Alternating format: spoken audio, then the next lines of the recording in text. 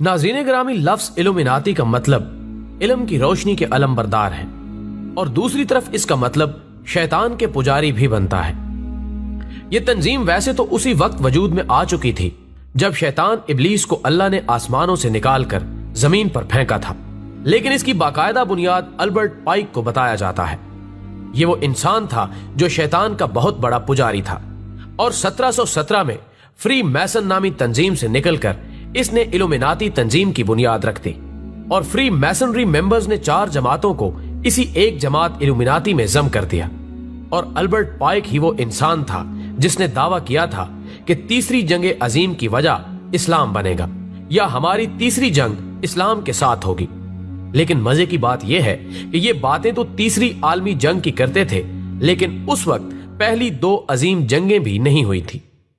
खैर दोस्तों, इस तंजीम की नुमाइंदगी इख्तियार करने के लिए बाकायदा हलफ और शैतान की रबूबियत का इकरार करना पड़ता है, यानी शैतान को अपना रब मानना पड़ता है और यह वादा करना पड़ता है कि आज के बाद मेरी रूह का मालिक शैतान है, यानी अपनी ये रूह उसको बेच देनी पड़ती है।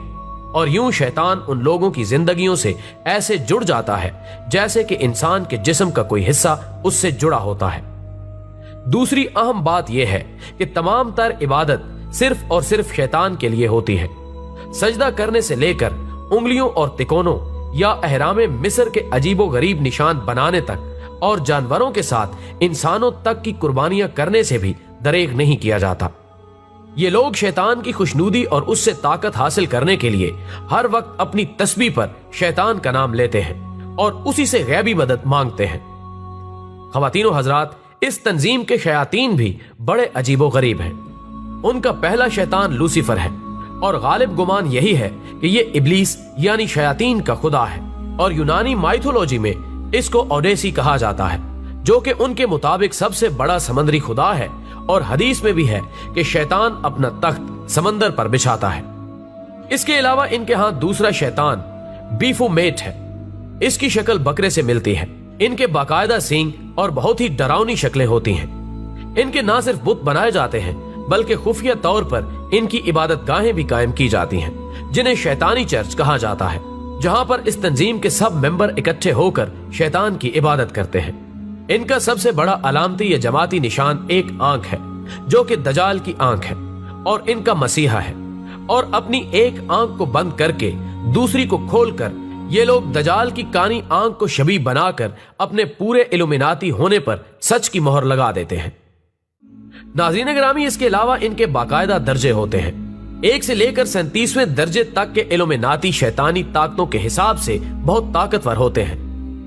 खैर, ये लोग पूरी दुनिया में फैले हुए हैं।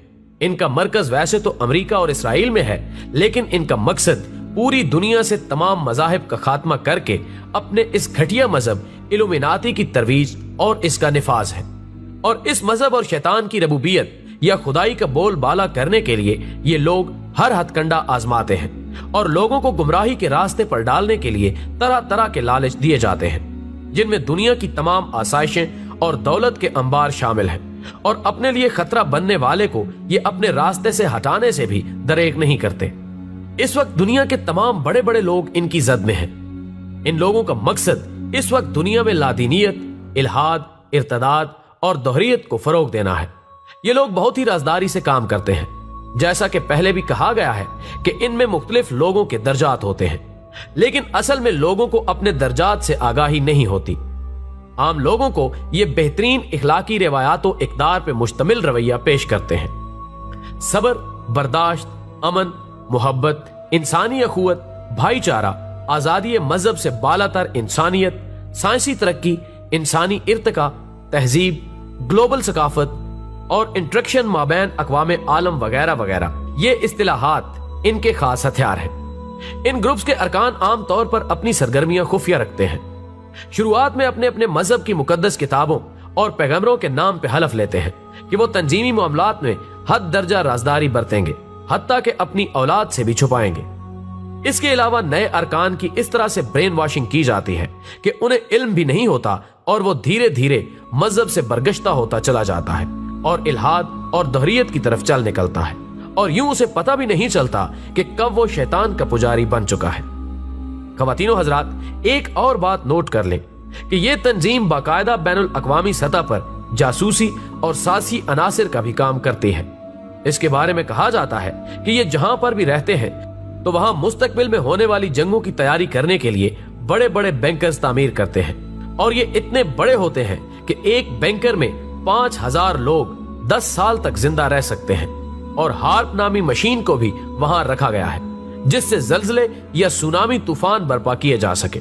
اور یہ بھی کہا جاتا ہے کہ صدر صدام حسین کو بھی ارجنٹینا کے ایک ایسے ہی بینکر میں رکھا گیا ہے، اور جس صدر صدام کو پھانسی دی گئی وہ اس کی ڈمی تھا، لیکن اس کی حقیقت اللہ ہی بہتر جانتا ہے۔ ناظرین گرامی، اسی طرح ایک معروف بزنس مین نے نام نہ ظاہر کرنے کی شرط پر بتایا کہ میں اور میرا ایک دوست کسی بین الاقوامی سطح کی پارٹی میں مدعو تھے، تو وہاں پر ان کی ملاقات ایک خاتون سے ہوئی، اور باتوں باتوں میں اس نے ہمیں اس بارے میں بتایا، اور جب ہم نے اپنے ایک مرے ہوئے دوست سے بات کروانے کو کہا تو اس نے کچھ پڑھا اور ان کا دوست ان سے باتیں کرنے لگا۔ اس بات پر حیران ہو کر وہ لوگ ایمان لے آئے جو کہ ان کا دوست نہیں بلکہ شیطان تھا، جو ان کے دوست کی آواز میں بات کر رہا تھا اور جس کو انہوں نے گمراہ کر دیا۔